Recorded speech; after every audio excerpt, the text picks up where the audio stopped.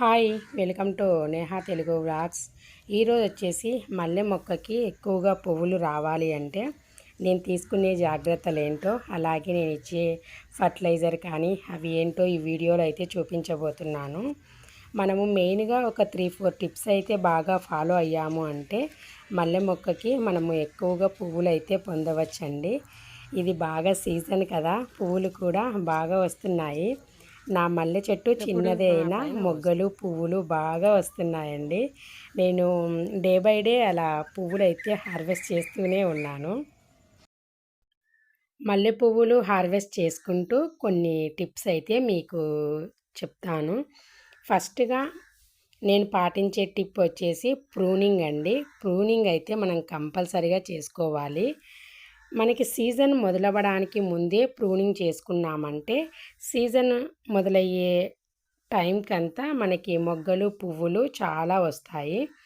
నేను డిసెంబర్లోనే ఈ మల్లె మొక్కకి మొత్తం ప్రూనింగ్ అయితే చేశాను.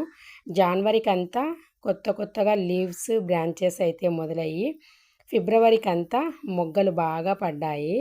ఇది సెకండ్ టైం అండి నేను ప్రూనింగ్ చేసిన తర్వాత మళ్ళీ పువ్వులైతే ఎక్కువగా హార్వెస్ట్ చేసుకుంటూ ఉన్నాను.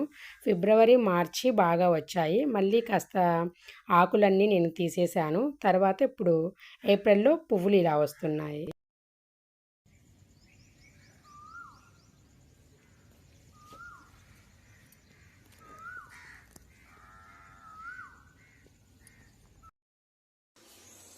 మల్లె మొక్కకు ఎక్కువ పువ్వులు రావడానికి నేను దానికి ఫర్టిలైజర్గా అయితే ఇవి బియ్యపు నీళ్ళు అయితే ఇస్తానండి. మనం ఎవ్రీడే రైస్ వండుకున్నప్పుడు రైస్ వాటర్ అయితే ఇలా వంపేసుకుంటాం కదా, వీటిని మనం పడేయకుండా ఇలా ఫర్టిలైజర్గా అయితే యూజ్ చేయొచ్చు. ఈ వాటర్ అయితే మనము మల్లె చెట్టు దగ్గర కింద కుదుళ్ళు ఉంటాయి కదా, అక్కడ ఇలా కొంచెం హోల్ లాగా చేసి ఈ బియ్యం వాటరు ఇచ్చామంటే మనకి పువ్వులు అయితే బోల్డ్ అన్ని వస్తాయండి. ఇలా రైస్ వాటరే కాకుండా ఇంకా ఫర్టిలైజర్గా చాలా ఇవ్వచ్చు మీకు, అవి కూడా నేను చెప్తాను. మల్లె మొక్కకు వచ్చేసి ఇక్కడ కుదుళ్ళ దగ్గర నేను ఇలా హోల్ లాగా చేశాను, కొంచెం ఇట్లా గుంటలాగా. ఈ వాటర్ అయితే ఇస్తున్నాను, రైస్ వాటరు. ఇలా చేయటం వల్ల ఈ దీంట్లో ఉన్న పోషకాలన్నీ ఈ మొక్కకైతే కుదుళ్ళ వరకు కంప్లీట్గా అందుతాయి. అప్పుడు మనకి పువ్వులు పుష్కలంగా వస్తాయి.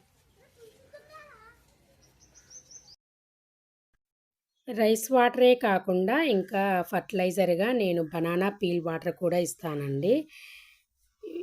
బాగా మగ్గిపోయిన అరటిపళ్ళను మనము ఒక బౌల్లో పెట్టేసి దాన్ని ఫర్మేట్ చేయాలి, కాస్త వాటర్ వేసి. అది 3 డేస్ తర్వాత మనము చూసామంటే మంచిగా ఫర్మేట్ అయ్యి ఉంటుంది. ఆ వాటర్ని కూడా మనము మల్లె మొక్కకు ఇవ్వచ్చు. ఈ బనానా పీల్ వాటర్లో పొటాషియం పుష్కలంగా ఉంటుంది కదా, మల్లె చెట్టుకు కూడా మంచి పోషకాలు అంది పువ్వులు మొగ్గలు అయితే బాగా వస్తాయి. ఇంకా మనము ఎగ్ సెల్ పౌడర్ కూడా ఇవ్వచ్చు.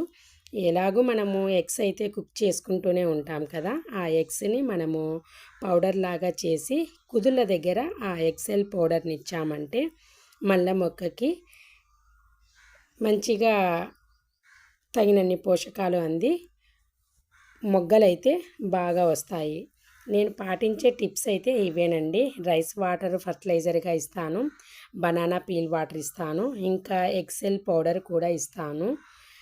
ఇంకా వీటికి మధ్యలో మనము కాసింత కంపోస్ట్ కూడా ఇచ్చాము అంటే మొక్కకు కావాల్సిన అన్ని పోషకాలు అందించిన వాళ్ళం అవుతాము.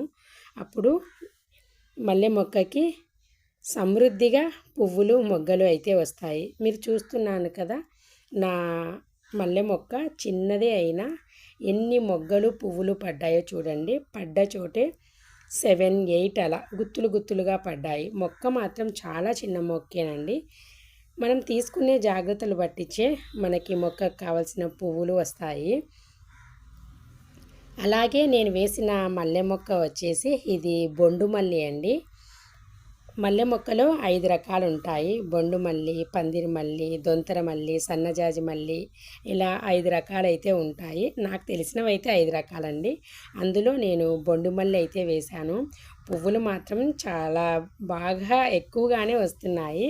నేను డే బై డే హార్వెస్ట్ చేస్తూనే ఉన్నాను.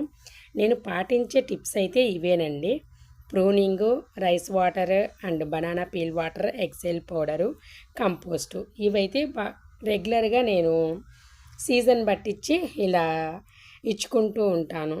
వాటికి తగినన్ని పోషకాలు అయితే కల్పించడం వల్ల నా మల్లె మొక్క హెల్తీగా ఉంది. అలాగే పువ్వులు కూడా మనకి సరిపడా పువ్వులైతే వస్తున్నాయి. నేను మీకు ఇందాక పిక్ చేసేటప్పుడు చూపించాను కదా, ఆ బౌల్ నిండా అయితే నాకు ఫ్లవర్స్ అయితే వచ్చాయండి. ఇదండి మల్లె మొక్కకు తీసుకోవాల్సిన జాగ్రత్తలు. వీడియో నచ్చితే లైక్ చేయండి, షేర్ చేయండి, సబ్స్క్రైబ్ చేయండి.